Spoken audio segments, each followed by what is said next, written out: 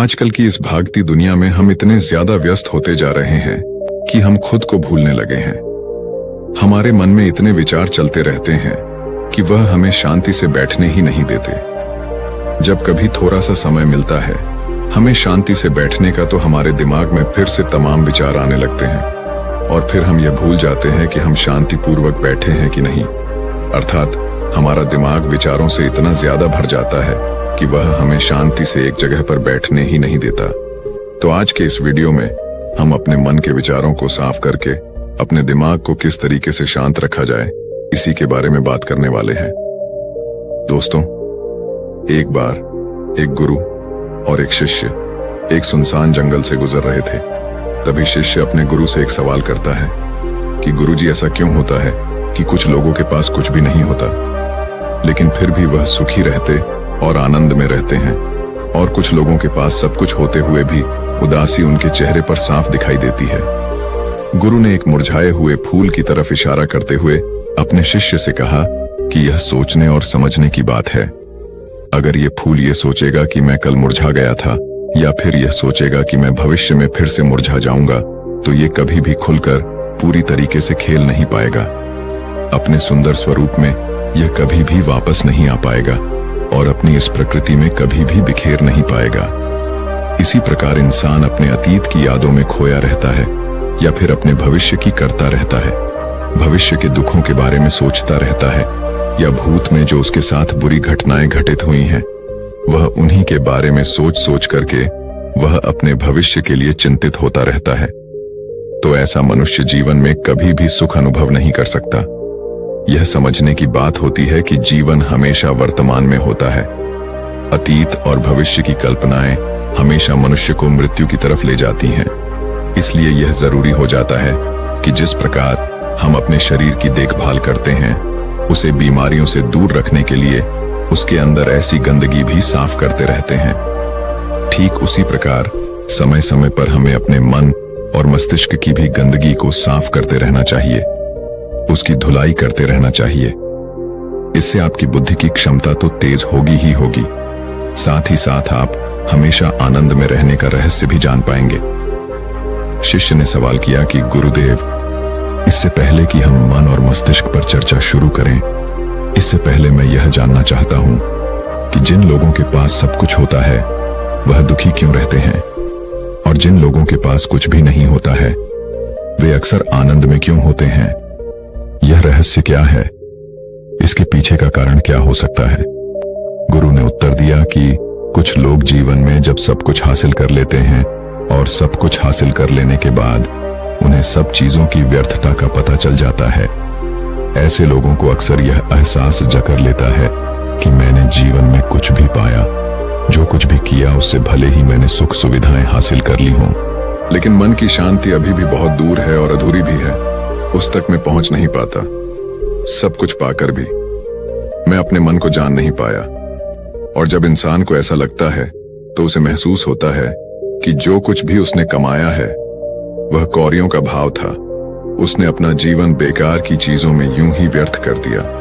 और वहीं पर जिस इंसान के पास जीवन में कुछ भी नहीं होता है, उसके पास एक उम्मीद होती है, सब कुछ पाने की लालसा रखता है, और वही लालसा, वही इच्छा उसको जीवन में खुश रखती है, आगे बढ़ाती है, और ऊर्जा से वह हमेशा भरा रहता है। गुरु ने अपने हाथ से एक सूखे पैर की तरफ इशारा करते हुए कहा कि शिष्य, कभी तो यह पैर भी हरा भरा रहा होगा, फलों से लदा हुआ रहा होगा।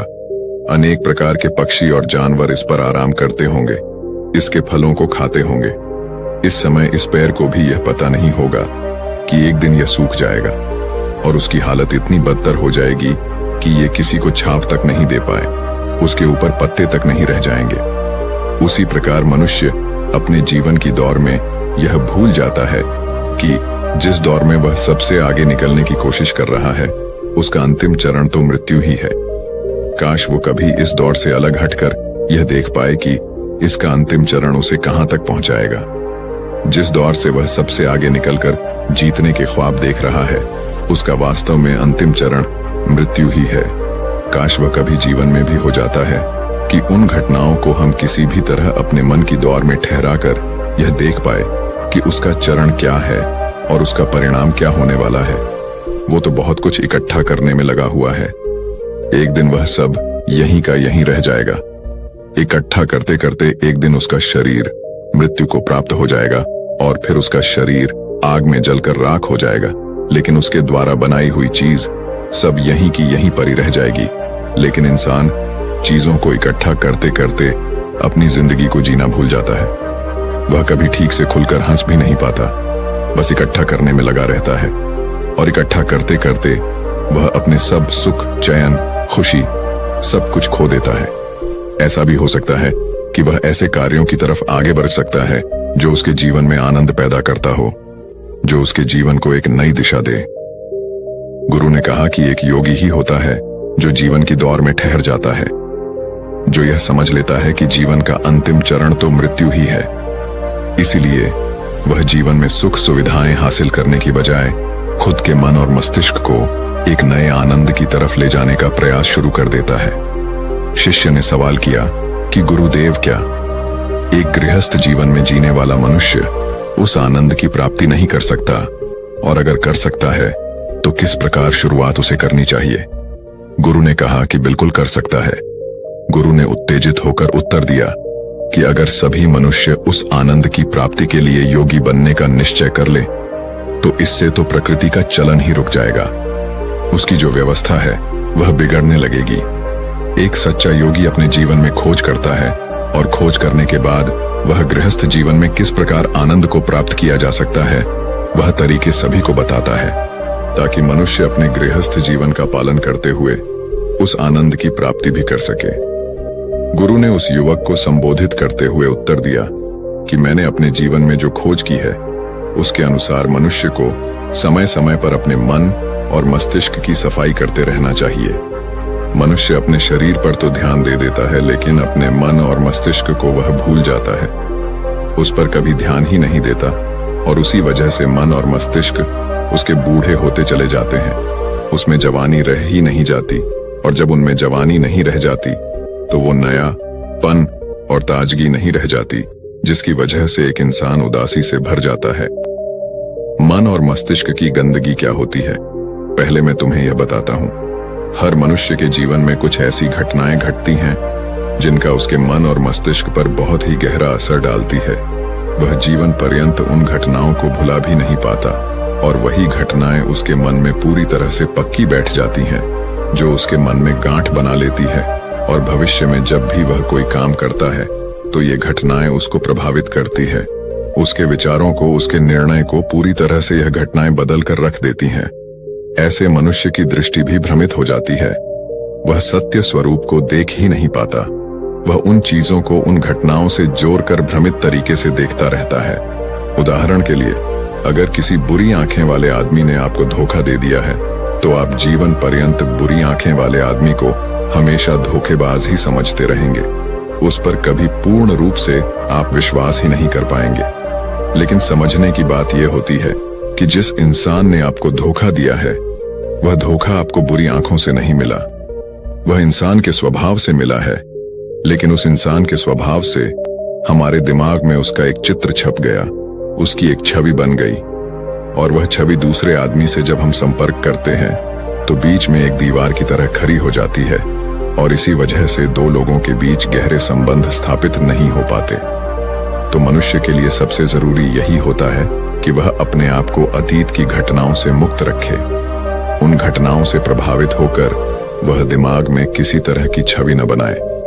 कुछ लोग इस बात पर यह सवाल खड़ा कर सकते हैं कि फिर जीवन के अनुभव किस काम में आएंगे, लेकिन समझने की बात तो यह होती है कि हम जीवन के अनुभवों को भी भ्रमित तरीके से जान लेते हैं, सही तरीके से उनसे सीख ही नहीं पाते।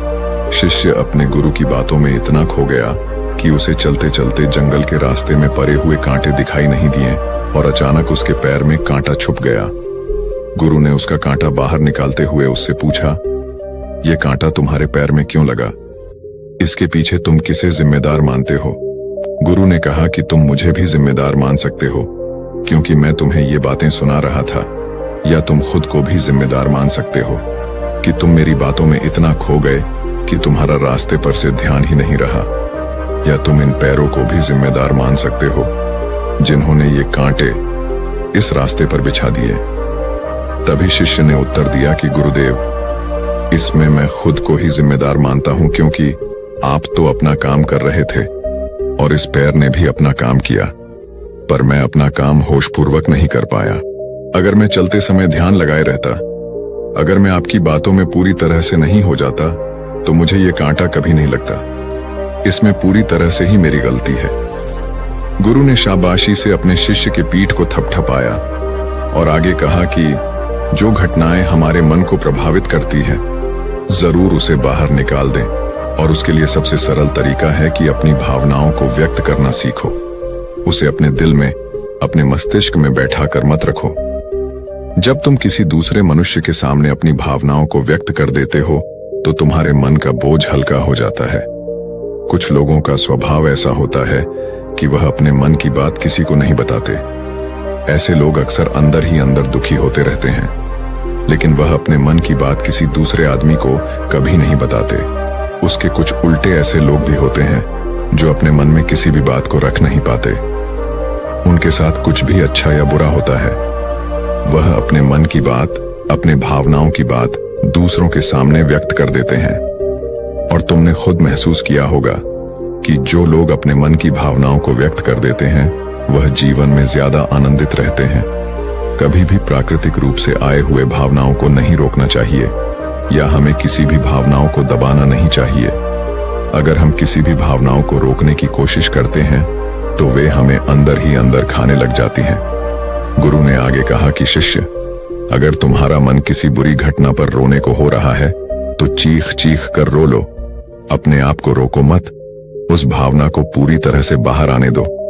अगर किसी दूसरी घटना पर तुम्हारा मन खुश होने का, आनंदित होने का हो रहा है, तो पूरी तरह से नाचो गाओ, जिससे कि तुम उस भावना को बाहर निकाल सको।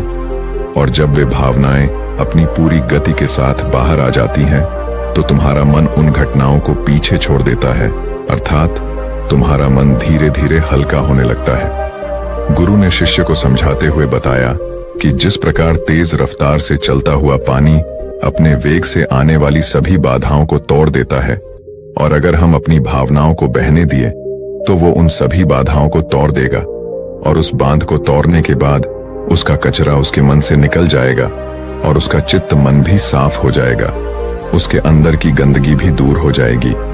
अक्सर मनुष्य अपने मन में किसी घटना को दबाकर इसलिए रखता है कि वो सोचता है कि अगर सामने वाले को इस घटना के बारे में पता चल जाएगा, तो वह क्या सोचेगा। इसी विचार से वह अंदर ही अंदर खुद दुखी होता रहता है और अपनी भावनाओं को दबाता रहता है, लेकिन सामने वाले को वह कुछ भी नहीं बताता। लेकिन अगर एक बार अगर वह हिम्मत करके शुरुआत कर सकता है, अपने अंदर की बात अपने किसी करीबी मित्र को बता दे, तो उसका पूरा जीवन परिवर्तित हो सकता है। उसका जीवन सुखमय बन सकता है। एक बार अगर उसके दिमाग में यह आदत बन गई, तो जीवन भर अपनी भावनाओं को दूसरों के सामने व्यक्त करने से कभी नहीं हिचक जाएगा। हम अपने जीवन में इस आदत को 21 दिनों में पैदा कर सकते हैं। 21 दिनों तक अगर सही तरीके से हम अभ्यास करें, तो हमारा दिमाग पूरी तरह से भावनाओं से मुक्त हो सकता है। यह 21 दिनों का अभ्यास इस प्रकार है। 21 दिनों तक सबसे पहली बात जो आपको याद रखनी है कि अपने मन में किसी भी बात को दबाकर नहीं रखना है। अगर हम किसी मनुष्य के बारे में अच्छा सोचते हैं, तो हम उसे करें। अगर बुरा भी सोचते हैं, तो भी उसे व्यक्त करें। परिणाम भूल जाए कि परिणाम क्या होंगे। सिर्फ अपने दिमाग की धुलाई करने पर विश्वास रखें। इससे आपके दिमाग में एक अद्भुत साहस पैदा होगा।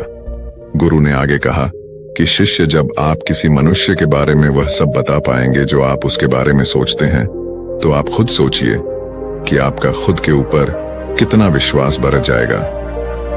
आपके मन के सारे दोष खत्म हो जाएंगे। हो सकता है कि इसमें आपको चुनौतियों का सामना भी करना पड़े, लेकिन जहां चुनौतियां नहीं होती हैं, वहीं कुछ अभ्यास भी नहीं होता है। अभ्यास हमेशा चुनौतियों से भरा होना चाहिए। इससे आप सत्य वचन बोलने का अभ्यास भी कर पाएंगे। अक्सर हम दूसरों को प्रभावित करने के लिए वह सब बोलते रहते हैं जो उन्हें अच्छा लगता हो, लेकिन वह नहीं बोलते जो हम उनके बारे में सचमुच सोचते हैं, और यही हमारी सबसे बड़ी भूल हो जाती है। जिससे हमारा पूरा अस्तित्व झूठा बनकर रह जाता है। और अपनी भावनाओं को व्यक्त करते समय यह भी जरूर ध्यान रखें कि आपके अंदर जो भावनाएं उस इंसान के प्रति उठ रही हैं, उसके पीछे का मूलभूत कार्य क्या है। उदाहरण के लिए, जब एक नौकर अपने मालिक के लिए कोई काम करता है और वह काम अच्छे से नहीं कर पाता है, तो मालिक उसे डांट फटकार देता है, जिससे उसके अंदर उसके प्रति क्रोध की भावनाएं उठने लगती हैं। लेकिन समझने की बात यह होती है कि मालिक तो आपको कहेगा ही, वह तो डांटेगा ही अगर आप अच्छे से काम नहीं करेंगे। अगर आप काम अच्छे से कर रहे हैं और फिर भी आपका मालिक आपके साथ उचित व्यवहार नहीं कर रहा है, तो आप खुलकर अपने मालिक को भावनाएं व्यक्त कर सकते हैं, बिना यह सोचे कि इसका परिणाम क्या होगा। अगर आप इस भावना को उठाएंगे नहीं, तो आप अपनी नजरों में खुद ही नीचे गिरने लग जाएंगे। आपका आत्मविश्वास बिल्कुल खत्म हो जाएगा। दूसरा अभ्यास जो तुम्हें 21 दिनों तक करना है, वह यह है कि जो भी घटनाएं तुम्हारे साथ घटित होती हैं, कम से कम आपके जीवन में एक ऐसा इंसान होना चाहिए जिसके सामने तुम अपने दिल की बात रख सकते हो। चाहे अच्छी बात हो, चाहे बुरी बात हो, वह सब बातें तुम बिना कुछ सोचे विचारे, बिना कुछ डर से कि वो इंसान तुम्हारे बारे में क्या सोचेगा, तुम उस इंसान को अपनी सारी बातें बता सको और वह इंसान तुम्हारी सारी बातें सुनने के बाद तुम्हारे लिए कोई छवि पैदा न करे। ऐसे इंसान अपने जीवन में खोजो और उनके सामने अपनी सारी भावनाएं व्यक्त करने की कोशिश करो।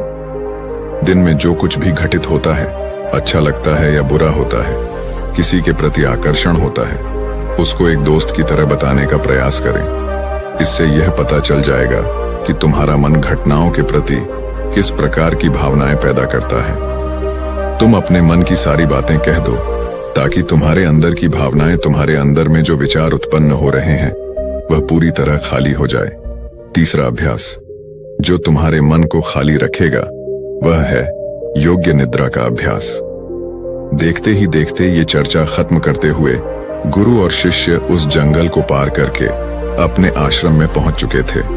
तो दोस्तों, उम्मीद है इस वीडियो से आपको काफी कुछ सीखने को मिला होगा, और अगर कुछ सीखने को मिला हो तो हमारे इस वीडियो को लाइक, शेयर और बुधा स्टोरियन चैनल को सब्सक्राइब जरूर कर लीजिएगा, और साथ ही कमेंट में नमो बुद्धाय जरूर लिखिएगा।